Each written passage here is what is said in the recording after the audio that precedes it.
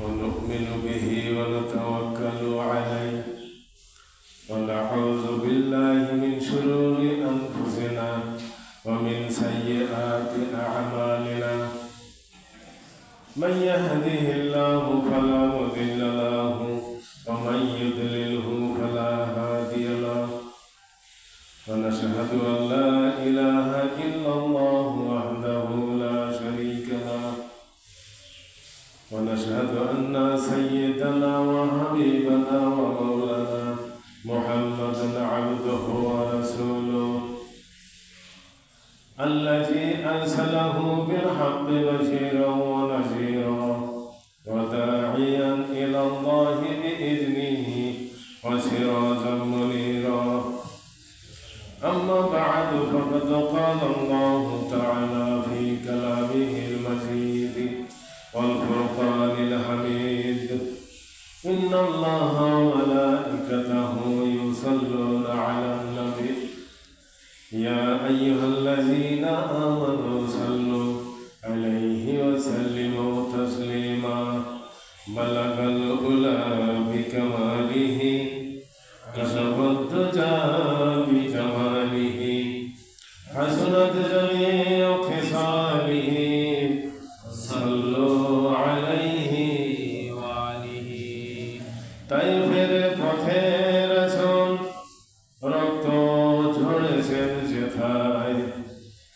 যাই যদি কোনদিন নবীজির কথা বসিব তোমায় বালাগাল উলা বিকামালিহি কশফত দুজা বিজামালিহি হাসনাত জামিউ খিসালিহি সাল্লু আলাইহি ওয়া আলিহি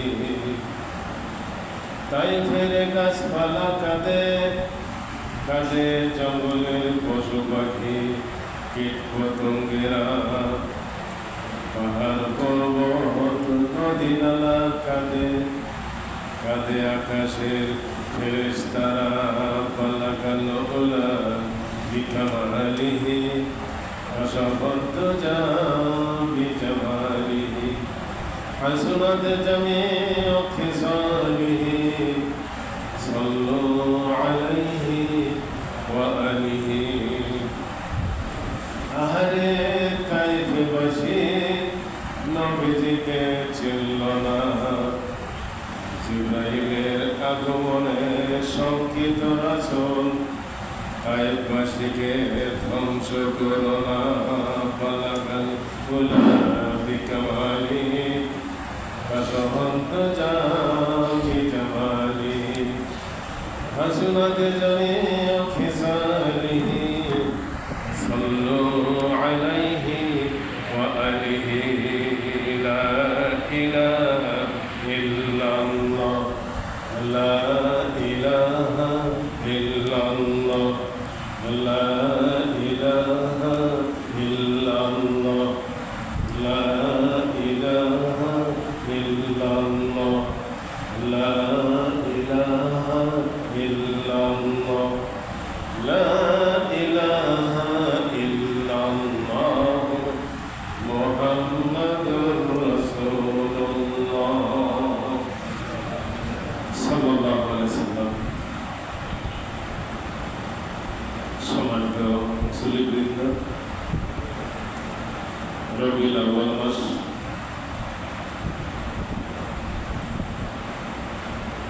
এই মাসে নবী করিম সাল্লাল্লাহু আলাইহি ওয়াসাল্লাম পৃথিবীতে আগমন করেছেন।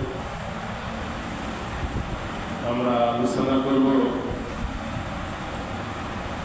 তার জন্মগ্রহণ নিয়ে, রসুলকে আল্লাহ কেন পৃথিবীর পাঠালেন, রসুলের কাজ কি, রসুল কি কাজ করলেন, কি কাজ করে পৃথিবীর থেকে বিদায় নিয়ে চলে গেলেন। সঙ্গে আমরা সেই মহান রব্বুল আলামিনের দরবার শুকরগুজার হচ্ছি। সকলে বলে আলহামদুলিল্লাহ। দরুদ ও সালাম বিশ্ব মানবতার মুক্তির দূত, এই মাসে যিনি জন্মগ্রহণ করেছেন বিশ্বনবী মুহাম্মদ রাসূলুল্লাহ সালে আমরা সকলে করি সাল্লাল্লাহু আলাইহি ওয়াসাল্লাম।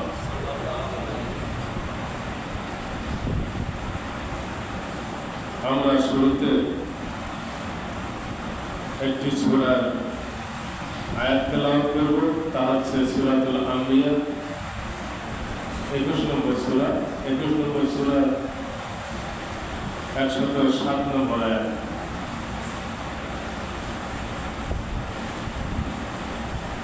আউযু বিল্লাহি পড়া হবে, বিসমিল্লাহ পড়া হবে। আয়াত যা জানা থাকবে আয়াত পড়বেন, না হলে যেটা জানেন আপনারা সেটা তেলাওয়াত করবেন। কারণ আউযু বিল্লাহি তেলাওয়াতের মাধ্যমে আল্লাহ রাব্বুল আলামিন বান্দার জন্য যে উপকারিতা রেখেছেন তা হচ্ছে রাসূল সাল্লাল্লাহু আলাইহি ওয়াসাল্লাম বলেছেন যে প্রতিদিন মানুষ এই মানুষের জন্য ইবলিস শয়তান 360 জন করে শয়তান একজন করে মানুষের পিছনে লাগাইয়া দেয়। 360 জন, তো মানুষ হলো একজন। এই মানুষ হলো একজন, 360 জন ইবলিস শয়তান লাগাই দেন একজন মানুষের পিছনে। এই মানুষ কতক্ষণ লাস্টিং করবে, কতক্ষণ নিরাপদে থাকবে? আল্লাহ রাব্বুল আলামিন নিরাপদে থাকার জন্য সে ব্যবস্থাও দিয়েছেন। সেই ব্যবস্থা কি? রাসূল সাল্লাল্লাহু আলাইহি ওয়াসাল্লাম বলেন, আউযু বিল্লাহি মিনাশ শাইতানির রাজিম, এটা একবার তেলাওয়াত করলে আল্লাহ রাব্বুল আলামিন তার সারা দিনের হেফাজতের দায়িত্ব নিয়ে নেন। সুবহানাল্লাহ। আর এই আউযু বিল্লাহি মিনাশ শাইতানির রাজিম একবার তেলাওয়াত করলে হয়তো 360 জন ইবলিস শয়তান লাগাইয়া দিল এই মানুষটাকে পথভ্রষ্ট করার জন্য। একবার আউযু বিল্লাহি মিনাশ শাইতানির রাজিম তেলাওয়াত করলে, পাঠ করলে ওই 360 জন ইবলিস শয়তান আল্লাহর পক্ষ থেকে ধ্বংস হয়ে যাবে। সুবহানাল্লাহ। এই জন্য আমরা আউযু বিল্লাহ তেলাওয়াত করব। এটা হচ্ছে আউযু বিল্লাহ ক্ষমতা আল্লাহর পক্ষ থেকে। তারপর বিসমিল্লাহির রহমানির রহিম তেলাওয়াত করলে রাসূল সাল্লাল্লাহু আলাইহি ওয়াসাল্লাম বলেছেন যে তার রহমতের দরজাগুলি আল্লাহ রাব্বুল আলামিনের পক্ষ থেকে খুলে দেওয়া হয়। রহমতের দরজা। ওইদিকে ইবলিস শয়তানের আক্রমণ থেকে আল্লাহ রাব্বুল আলামিন হেফাজত করবেন ওই আউযু বিল্লাহর কারণে, আর এই বিসমিল্লাহ তেলাওয়াতের কারণে আল্লাহ রাব্বুল আলামিন সব রকমের রহমতের দরজাগুলি বান্দার জন্য খুলে দেবেন। তারপর রাসূল সাল্লাল্লাহু আলাইহি ওয়াসাল্লাম আরো বলেছেন যে ইবলিস শয়তান আল্লাহর কাছে বলেছিলেন যে আল্লাহ, তোমার বান্দারা বিসমিল্লাহ বলে খাদ্য খায়, আমার খানা করতে হবে, আমার খাদ্য করতে হবে। আল্লাহ বলেছেন, ইবলিস, যে বান্দা বিসমিল্লাহ বলে খানা খায় না ওই খানাটা তোমার। এই জন্য আমাদের সকলের সতর্ক হওয়া দরকার, আমাদের সকলের সতর্ক হওয়া দরকার। সব কাজে আমরা যেন আউযু বিল্লাহ বিসমিল্লাহ কি করি, করে নেই। ওটা ঠিক কিনা? এখনো আমরা দেখি অনেকে বাম হাত দিয়ে স্টাইল গ্লাসে করে পানি নিয়ে খাই, বাম হাতে বিস্কুট খাই। অনেকে এই মুডে থাকিয়ে বাম হাতে খায়, খায় না খায়, আছে না এরকম? রাসূল সাল্লাল্লাহু আলাইহি ওয়াসাল্লাম বলেন যে আল্লাহর কাছে যে ইবলিস বলেছিলেন আর আমার কোনটা খানা, আল্লাহ বলেছেন যে ইবলিস, যারা ডান হাতে না খেয়ে বাম হাতে খায় ওটা তোমার খানা। এই জন্য আসুন আমরা আউযু বিল্লাহি বিসমিল্লাহ বুঝে আমাদের জন্য সবসময় পড়ার একটা আগ্রহ থাকে। সব কাজ, যে কোনো কাজ আপনি ওযু করা শুরু করলেন, আউযু বিল্লাহি মিনাশ শাইতানির রাজিম, বিসমিল্লাহির রহমানির রহিম। বাড়িতে যে কোনো কাজ শুরু করলেন, আউযু বিল্লাহি মিনাশ শাইতানির রাজিম, বিসমিল্লাহির রহমানির রহিম। তাহলে এটা করা যাবে না? যাবে। আউযু বিল্লাহ যদি সবসময় কোনো কাজে করতে যদি নাও পারেন, কোন পক্ষে বলবেন বিসমিল্লাহির রহমানির রহিম। আউযু বিল্লাহ ফজিলত বললেন তো খুব গুরুত্বপূর্ণ কথা, কিন্তু ঠিক কিনা? এই জন্য আমরা সকলে আউযুবিল্লাহ করে নেব, বিসমিল্লাহ করে নেব। তারপর যে আয়াত নিয়ে আলোচনা হবে রাসূল সাল্লাল্লাহু আলাইহি সাল্লামের জন্মের বিষয়ে, সেই আয়াতটি তেলাওয়াত করা হবে। এখন আসুন আমরা সেই আউযুবিল্লাহ বিসমিল্লাহ করে নিচ্ছি। আউযু বিল্লাহি মিনাশ শাইতানির রাজীম। বিসমিল্লাহির রাহমানির রাহিম। ওয়া মা আরসালনাকা ইল্লা রাহমাতাল লিল আলামিন। আমরা আউযুবিল্লাহ করে নিলাম, বিসমিল্লাহ করে নিলাম। সূরা আম্বিয়া 107 নম্বর আয়াতটাও তেলাওয়াত করলাম। একটি করে আরবি অক্ষর উচ্চারণ করলে কয়টা করে নেকি হয়? 10টা করে তার আমলনামায় নেকি লিখে দেওয়া। এটা যেমন তেমন কথা নয় কিন্তু। তারপর আমরা যদি মনোযোগ সহকারে যদি কোরআন যদি শুনি, আল্লাহ রাব্বুল আলামিন সূরা আরাফের 204 নম্বর আয়াতে বলেছেন, ওয়াইযা কুরিয়াল কুরআনু ফাসতামিউ লাআল্লাকুম তুরহামুন। আল্লাহ রাব্বুল আলামিন বলেন, যখন কোথাও কোরআন তেলাওয়াত হয় তখন তোমরা মনোযোগ সহকারে শোনো, যাতে করে আল্লাহর পক্ষ থেকে তোমাদের উপর রহমত বর্ষণ হয়। মনোযোগ দিয়ে শুনতে হবে আমাদেরকে। কেন আল্লাহ রাব্বুল আলামিন এই কথা বলেছেন? এই কারণে বলেছেন, মনোযোগ দিয়ে যদি না আমরা শুনি, শয়তান আসি ঘুতাঘুতি করবে, টেংলাটেংলি করবে। বয়তি মসজিদের নিয়ম তো, ওই আব্দুর রউফ, ওই মন্ডু তো মেলা দিন শুনছেন, আজকে না শুনলেন। এটা হলো শয়তানের কুমন্ত্রণা, ওয়াসওয়াসা, ঘুতাঘুতি করবে আসিয়ে। হ্যাঁ, বড় বড় বক্তা যেদিন আসবে সেদিন ভালো করে শুনিস। এগুলো শয়তান এই ধরনের কুমন্ত্রণা দেবে। এগুলো শয়তানের কাজে হচ্ছে এইটা খেতে। কথা ঠিক কিনা? সম্মানিত মুসল্লিবৃন্দ, যে মাসে আমরা বসে কথা বলতেছি, রবিউল আউয়াল মাসে কথা বলতেছি, শয়তান আরো খেপা এই মাসের উপর। এই মাসে রাসূল পাক সাল্লাল্লাহু আলাইহি ওয়াসাল্লাম জন্মগ্রহণ করেছেন। ইবলিস শয়তান বলেছেন যে আমি 4 বার কেঁদেছি। ইবলিস শয়তান 4 বার কেঁদেছেন 4 বার। একবার কেঁদেছেন রাসূল পাক সাল্লাল্লাহু আলাইহি ওয়াসাল্লাম যেদিন জন্মগ্রহণ করেছেন। কোন দিন জন্মগ্রহণ করেছেন? এই রবিউল আউয়াল মাসে। সেই ইবলিস শয়তান রাসূলের জন্মগ্রহণ যখন শুনলেন, শোনার পর কেঁদেছেন ইবলিস শয়তান। সেই ইবলিস শয়তান মনে করছেন আমাদেরকে আজকে ছেড়ে দেবেন নাকি? ছেড়ে দেবেন? আরে বলি না, আমি কাম দিছি এই মুহাম্মদের জন্য, তোমার উম্মতকে আমি দেখি শুনি ছাড়বো, তুমি তো আর নাই। কথা ঠিক কিনা? সম্মানিত মুসল্লিবৃন্দ, আর 3 বার কখন কেঁদেছেন ইবলিস শয়তান?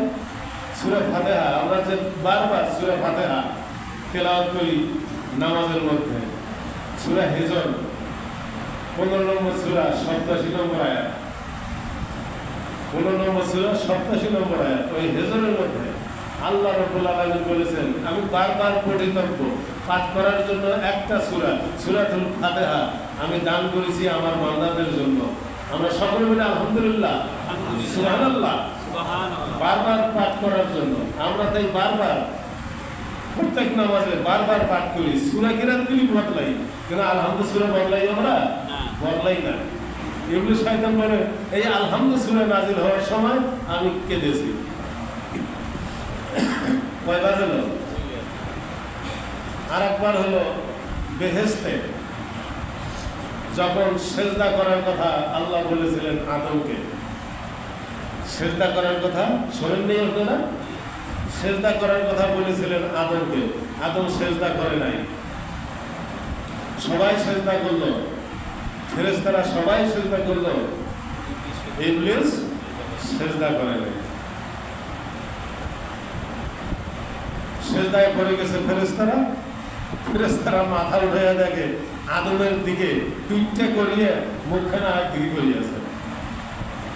মনে করেন আদম পেছনে আছে, ইবলিস সামনের দিকে আছে, মানে পেছনে ফেলে আদম আলাইহিস সালামকে পেছনে ফেলে ইবলিস সামনের দিকে দেখতেছে। ফেরেশতারা মাথা উঠাইয়া দেখেন ইবলিস তখনও সেজদায় যায় নাই।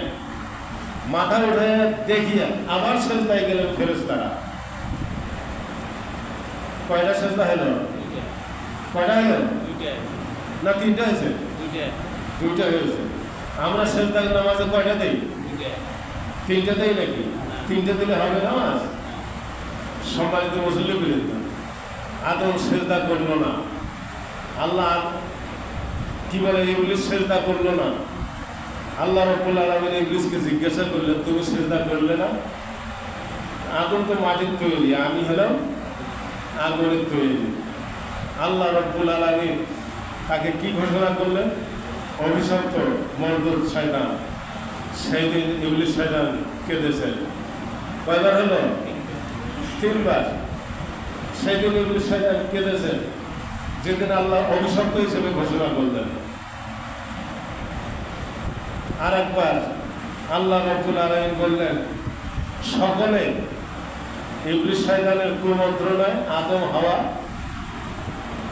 লা তাকরাবা হাযিহি শাজারাতা ফাতাকুনা মিনাজ জালিমিন, আল্লাহ নিষেধ করেছিলেন। এখানে ঘুরে ফিরে বেড়াও, বিচরণ করো, যা খুশি তাই করো। লা তাকরাবা হাযিহি শাজারাতি ফাতাকুনা মিনাজ জালিমিন, ওই গাছটির নিকট যেও না। ইবলিস শয়তানের কুমন্ত্রণায় প্ররোচনায় সেই গাছের নিকট উপস্থিত হয়েছিলেন। হওয়ার কারণে আল্লাহ রাব্বুল আলামিন অসন্তুষ্ট হয়ে তাদের দোয়া শেষ পর্যন্ত কবুল করলেন। ইবলিস শয়তান আল্লাহর হুকুম না মানার কারণে, সেজদা না করার কারণে অভিশপ্ত আল্লাহর পক্ষ থেকে হলেন। আর আল্লাহ বললেন, সবাই এখান থেকে তোমরা নেমে যাও পৃথিবীতে। পৃথিবীতে নেমে আসার কথা যখন আল্লাহ রাব্বুল আলামিন ঘোষণা করলেন, ওখান থেকে যখন বেরিয়ে দিচ্ছেন, তখন ইবলিস শয়তান কেঁদেছেন। তখন কান্দারের কথা, এখানে কত আরামে ছিলাম, কত শান্তিতে ছিলাম, এখন ইবলিস শয়তানকে ওখান থেকে জোর করে নামাইয়া দিচ্ছেন। সেই দিন ইবলিস শয়তান কেঁদেছেন। কয়বার হলো? চারবার। সম্মানিত মুসল্লি বৃন্দ, এই চারবার ইবলিস শয়তান কেঁদেছেন। আমরা যেন ইবলিস শয়তান আল্লাহর হুকুম অমান্য করার কারণে ইবলিস শয়তান হয়েছেন নাকি? আপনারা বোঝেন নাই কথা না? ইবলিস শয়তান আল্লাহর হুকুম অমান্য করার কারণে হয়েছে না মান্য করার কারণে হয়েছে? অমান্য করার কারণে হয়েছে। এই জন্য কয়টা হুকুম অমান্য করেছেন ইবলিস শয়তান? মাত্র একটা। আর আমরা কত আল্লাহর হুকুম অমান্য করি, কথা ঠিক না ব্যাঠে? আমরা কত আল্লাহর হুকুম অমান্য করি। সম্মানিত মুসলিম বৃন্দ, আল্লাহ রাব্বুল আলামিন আমাদের উপর রহমত করতেছেন। কারণ তাই না হলে ইবলিস শয়তানের মতো আমাদের অবস্থা হতো, কথা ঠিক না ব্যাঠে? আল্লাহ রাব্বুল আলামিন আমাদের উপর রহমত করতেছেন। রহমত করার কারণে আল্লাহ রাব্বুল আলামিন ইবলিস শয়তানের মতো ঘোষণা করতেছেন না। আল্লাহ রাব্বুল আলামিন আমাদের উপর রহমত করতেছেন বিধায় আমরা তার রহমতের ছায়ায় আমরা বিচরণ করছি। সম্মানিত মুসল্লিবৃন্দ, আমরা যেন আল্লাহর হুকুম অমান্য না করি, কথা ঠিক কিনা? এই জন্য আসুন আল্লাহ রাব্বুল আলামিন আমাদের নবী হযরত মুহাম্মদ সাল্লাল্লাহু আলাইহি সাল্লামকে ওমা আরসালনাকা ইল্লা রাহমাতাল লিল আলামিন, আল্লাহ বলেন, হে আমার নবী, আমি আপনাকে রহমত স্বরূপ পৃথিবীতে এই দুনিয়ায় পাঠিয়েছি। কে বলেছেন এই কথা? আল্লাহ রাব্বুল আলামিন। আল্লাহর নবী বিশ্বনবী মুহাম্মদ রাসূলুল্লাহ সাল্লাল্লাহু আলাইহি সাল্লাম যেদিন জন্মগ্রহণ করলেন সেদিন কিসরা প্রাসাদ কেঁপে উঠল। মূর্তিগুলি দাঁড়িয়েছিল, সব ওপর হয়ে পড়ে থাকলো। শিখা চিরন্তন 1000 বছরের বেশি চলতেছিল সবসময়। শিখা চিরন্তন, যেখানে সবসময় ওই দেশের রাজা বাদশারা ওই শিখার চিরন্তন জ্বলার জন্য তেল ঢালতো সবসময়। শিখার চিরন্তন সেই দিন নিভে গিয়েছিল। মদিনার ইহুদিরা খুব চালাক, আজও চালাক, কথা ঠিক না ব্যাটে? আজ ইহুদিরা এই গোটা বিশ্বকে পরিচালনা করতেছে। দেখেন না আমেরিকা ইসরায়েলকে লাগাই দিয়ে কিভাবে মুসলমানদের উপর আক্রমণ করতেছে। আমেরিকা ভারতের সঙ্গে গভীর সম্পর্ক রেখে ভারতকে দিয়ে মুসলমানদের উপর কত রকমের আক্রমণ করতেছে, ওরা ঠিক না ব্যাঠে? কিন্তু আমাদের নবী হযরত মুহাম্মদ সাল্লাল্লাহু আলাইহি সাল্লাম, যিনি এই মাসে জন্মগ্রহণ করেছেন, তিনাকে আল্লাহ রাব্বুল আলামিন রহমত বলেছেন, রহমত হিসেবে ঘোষণা দিয়েছেন। সম্মানিত মুসল্লিবৃন্দ, রাসূল পাক সাল্লাল্লাহু আলাইহি সাল্লাম যেদিন জন্মগ্রহণ করলেন, সেই দিন মদিনার ইহুদিরা আকাশে একটা লাল তারা উদয় হওয়া দেখে চিৎকার দিয়ে বলতেছেন যে আজ সেই নবী, যে নবীর কথা তাওরাতে, যে নবীর কথা ইনজিলে বর্ণনা দেওয়া আছে, সেই নবীর জন্মগ্রহণ করেছেন আজকের রাত্রিতে। সম্মানিত মুসল্লিবৃন্দ, ইহুদির এই কথা শুনে মদিনাবাসী চিন্তায় পড়ে গেলেন, এটা কেমন কথা, ইহুদি কি বলতেছে? আসলে তাই ইহুদিরা জানেন যে এই রবিউল আউয়াল মাসে এবং যখন এই তারা আকাশে উদয় হয়, তখন আল্লাহর পক্ষ থেকে নবী রাসূলগণ জন্মগ্রহণ করে থাকেন। তাই ইহুদিদের এই অভিজ্ঞতা আছে তাদের তাওরাত এবং ইনজিল পড়ার কারণে। যখন রাসূল পাক সাল্লাল্লাহু আলাইহি সাল্লাম জন্মগ্রহণ করলেন, জন্মগ্রহণ করার আগে রাসূলের মা আমেনা ইনি ঘরের ভেতরে দেখেন দুইজন মহিলা সর্বপ্রথম তার ঘরের মধ্যে প্রবেশ করেছে। দুইজন মহিলা পরিচয় দিলেন, একজন মহিলা হলেন আসিয়া, আর একজন মহিলা হলেন মরিয়ম আলাইহিস সালাম। ওনারা বললেন, আমরা দুইজন এসেছি আল্লাহর পক্ষ থেকে এবং আমাদের সঙ্গে আর যারা আছে তারা বেহেশতের হুর, আপনি কোনো চিন্তা করবেন না।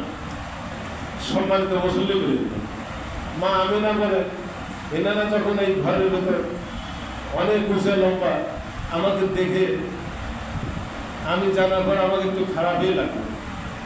আর একটি আসমান পর্যন্ত একটি লাল গালিচার মতো একটা ফরাস বিছানো হলো আসমান পর্যন্ত, এবং এর মাঝখানে কিছু লোক দেখা যায়। মা আমিনার বর্ণনা, রাসূল পাক সাল্লাল্লাহু আলাইহি সাল্লাম জন্মগ্রহণ করেন, মা আমিনা বলেন সেজদায় পড়ে গেছে, এক হাতে মাটি ধরে মাথা উপরের দিকে উঠে এইভাবে মাথা তুলে দেখতেছে। মা আমিনা বলেন কিছুক্ষণের মধ্যে একজন বললেন, এনাকে নিয়ে গোটা পৃথিবী প্রদক্ষিণ করে ঘুরে নিয়ে আসো, পৃথিবীর যা আছে সব কিছু দেখায়, সব কিছুর সঙ্গে সাক্ষাৎ করায় ঘুরে নিয়ে আসো, গোটা পৃথিবী প্রদক্ষিণ করে। মা আমিনা বলেন কিছুক্ষণের মধ্যেই আমার সন্তানকে আমি আমার সামনে দেখতে পেলাম। সম্মানিত মুসল্লিবৃন্দ, এরপর দাদা আব্দুল মুত্তালিবের কাছে সংবাদ গেল। দাদা আব্দুল মুত্তালিব হযরত মুহাম্মদ সাল্লাল্লাহু আলাইহি সাল্লামকে নিয়ে কাবা ঘর দর্শন করে নিয়ে আসলেন। ওখানেই তো বাড়ি, ওখান থেকে তারপর আমাদের নবী বিশ্বনবী মুহাম্মদ রাসূলুল্লাহ সাল্লাল্লাহু আলাইহি সাল্লামকে আরবের একটা রীতি ছিল, সন্তানকে লালন পালনের জন্য বাইরের দেশে দেওয়া হতো। তায়েফ থেকে এসেছিলেন হালিমাতুস সাদিয়া, হালিমা দুধমা, রাসূলের দুধমা। হালিমা এসে স্বামী স্ত্রী এসে হালিমার কোলে একটা বাচ্চা ছিল, সেই বাচ্চা থাকা অবস্থায় তায়েফ থেকে আসলেন। আসার পর রাসূল সাল্লাল্লাহু আলাইহি সাল্লামকে ঘুরে ঘুরে অনেক সন্তানকে তারা দুধ পান করানোর জন্য, তারা দুধ পান করানোর টাকা পয়সা পাইত, সেই সুবাদের কারণে সেই কারণে তারা সন্তান নিয়ে যাইত মক্কা থেকে। সবাই রাসূল পাক সাল্লাল্লাহু আলাইহি সাল্লামের বাবা নাই, বাবা মারা গেছেন মায়ের পেটে থাকা অবস্থায়, বাবা মারা গেছেন মায়ের পেটে থাকা অবস্থায়, বাবা মারা গেছেন। এতিম নবী। রাসূল পাক সাল্লাল্লাহু আলাইহি সাল্লাম যখন 6 বছর বয়স তখন মা মারা গেলেন। 6 বছর বয়স কতটুকু হয়? এতটুকু। যা হোক, সকলে আসলেন, অনেকে আসলেন তায়েফ থেকে, এসে সন্তান নিয়ে যাবেন, বাচ্চা নিয়ে যাবেন লালন পালনের জন্য। 1 বছর, 1.5 বছর, 2 বছর, 3 বছর, 4 বছর এইভাবে লালন পালন করে তারা কিছু বিনিময় পাবেন। এই বিনিময় নিয়ে তারা তাদের জীবিকা নির্বাহ করতেন। আমাদের নবী হযরত মুহাম্মদ সাল্লাল্লাহু আলাইহি সাল্লাম ইতিম নবী কারণে, বাবা নাই কারণে তাকে কেউ নেয় না, তাকে কেউ নেয় না। সম্মানিত মুসলিম বৃন্দ, যখন হালিমাতুস সাদিয়া কাউকে না পেয়ে শেষ পর্যন্ত স্বামী স্ত্রী উভয়ে পরামর্শ করলেন। এই জন্য ইসলামে আল্লাহ রাব্বুল আলামিন সূরা আশ-শূরা 42 নম্বর সূরা আশ-শূরা 38 নম্বর আয়াত, ওয়া আমরুহুম শূরা বাইনাহুম, যে কোনো কাজ মুসলমান করবেন পরামর্শ ভিত্তিতে। কিসের ভিত্তিতে? পরামর্শ ভিত্তিতে। যে কোনো কাজ, ওয়া আমরুহুম শূরা বাইনাহুম, পরামর্শ ভিত্তিতে কাজ করবেন। স্বামী স্ত্রী হালিমাতুস সাদিয়া পরামর্শ ভিত্তিতে কাজ করলে যে আমরা ওই বাচ্চাটাকে নেই, কি হয় হবে আমাদের। স্বামী বললেন নাও। সম্মানিত মুসলিম, হালিমাতুস সাদিয়া হযরত মুহাম্মদ সাল্লাল্লাহু আলাইহি সাল্লামকে আমেনার কাছ থেকে নিলেন, নিয়ে তার তাঁবুতে গেলেন। হালিমাতুস সাদিয়া পরে বলেন যে আমার বুকের দুধ ছিল না, আমার বাচ্চারা দুধ খাওয়া লাগলো, এত কান্নাকাটি করতো, চিৎকার করতো। এই মোহাম্মদ মাসুমকে যখন, এই মোহাম্মদ মাসুম বাচ্চাকে যখন আমরা আমাদের তাঁবুতে নিয়ে আসলাম, আসার পরে আমার 2টি স্তনে পরিপূর্ণ দুধ আল্লাহ রাব্বুল আলামিন দান করলেন। সম্মানিত মুসলিম, হালিমাতুস সাদিয়ার বাচ্চা একটি দুধ পান করেন, আর একটি দুধ পান করেন হযরত মুহাম্মদ সাল্লাল্লাহু আলাইহি সাল্লাম। হালিমাতুস সাদিয়া তার সন্তান দুধ পান করবেন আর একটি স্তনের দুধ, মুহাম্মদ সাল্লাল্লাহু আলাইহি সাল্লাম দুধ পান করেন আর একটি স্তনের দুধ। এমনি করে একটি স্তনের দুধ মুহাম্মদ সাল্লাল্লাহু আলাইহি সাল্লাম পান করার পর আরেকটি স্তনের দুধ পান করার জন্য যখন হালিমাতুস সাদিয়া মুহাম্মদ সাল্লাল্লাহু আলাইহি সাল্লামকে মুখ লাগানোর জন্য দিতেন, তখন মুহাম্মদ সাল্লাল্লাহু আলাইহি সাল্লাম তার ওই ভাইয়ের জন্য ওই স্তনের দুধ পান করতেন না। সুবহানাল্লাহ বলা যাবে না? সম্মানিত মুসলিম, ইনসাফ ওখান থেকে শুরু হলো। রাসূল পাক সাল্লাল্লাহু আলাইহি সাল্লামের কথা ঠিক না বেটে? অন্যের হক আত্মসাৎ করতেন না মুহাম্মদ সাল্লাল্লাহু আলাইহি সাল্লাম। এই কয়েকদিনের শিশু। সম্মানিত মুসলিম, যে বাহনটাই করে হালিমাতুস সাদিয়া এবং তার স্বামী এসেছিলেন, বয়স খুব হয়েছিল, দুর্বল, কিন্তু যাওয়ার পথে সবাইকে কাটিয়ে হালিমাতুস সাদিয়া এবং তার স্বামী তারা চলে গেলেন তায়েফে। কত পেছনের লোকজন তাদেরকে বলেছিলেন আপনারা একটু ফিরে যান, যেটাতে আপনারা এসেছিলেন সেইটাই কি বাহন আপনাদের নয়? হালিমাতুস সাদিয়া তার স্বামী বললেন হ্যাঁ, আমরা যে বাহনে এসেছিলাম মক্কায় সেই বাহনেই যাইতেছি। পেছনের লোকজন বললেন এখন আপনাদের এই বাহনগুলি এত শক্তিশালী হলো কিভাবে? সম্মানিত মুসলিম, রাসূল পাক সাল্লাল্লাহু আলাইহি সাল্লামকে গ্রহণ করার সঙ্গে সঙ্গে আল্লাহ রাব্বুল আলামিন রাসূল যে রহমত, সেই রহমতের দৃষ্টান্ত আল্লাহ রাব্বুল আলামিন হালিমাতুস সাদিয়ার ঘরে, হালিমাতুস সাদিয়া এবং তার স্বামীর উপরে আল্লাহর পক্ষ থেকে রহমত বর্ষণ হওয়া শুরু হলো। আমরা সকলে বলি সুবহানাল্লাহ। সম্মানিত মুসলিম, রাসূল সাল্লাল্লাহু আলাইহি সাল্লাম যেদিন জন্মগ্রহণ করলেন মা আমিনার ঘরে, মা আমিনা বলেন আমি দেখলাম আমার সন্তান, তার তো নাম রাখেন নাই তখন, কিন্তু নাম রাখার কথা আগে বলা হয়েছে। তাওরাতে আহমদ, ইনজিলে আহমদ, এই ইনজিল বা তার আগের গ্রন্থগুলিতে মোহাম্মদ নাম রাখা জায়েজ ছিল না, নিষেধ ছিল আল্লাহর পক্ষ থেকে। কিন্তু মুহাম্মদ সাল্লাল্লাহু আলাইহি সাল্লাম দুনিয়াতে আগমন করবেন, তার নাম হবে মোহাম্মদ। এই জন্য আরবের লোকেরা মুহাম্মদ নাম রাখত, আমার সন্তানটাই যেন সেই বিশ্ব নবী, শেষ নবী মুহাম্মদ রাসূলুল্লাহ সাল্লাল্লাহু আলাইহি সাল্লাম হয়, এই আশায় মুহাম্মদ নাম রাখত অনেকে আরবে। কথা বুঝতে পারছেন? মা আমেনা বলেন আমাকে আমার সন্তান পেটে আসার সময়ে আমাকে একজন লোক, অপরিচিত লোক এসে আমাকে বলে, হে আমেনা, তুমি সৌভাগ্যবান মহিলা, তোমার পেটে যিনি এসেছেন তিনি গোটা দুনিয়ার মহানায়ক, অতএব তিনি জন্মগ্রহণ করলেন, তার নাম রাখিও তুমি মোহাম্মদ। এটা আমেনা বলেন।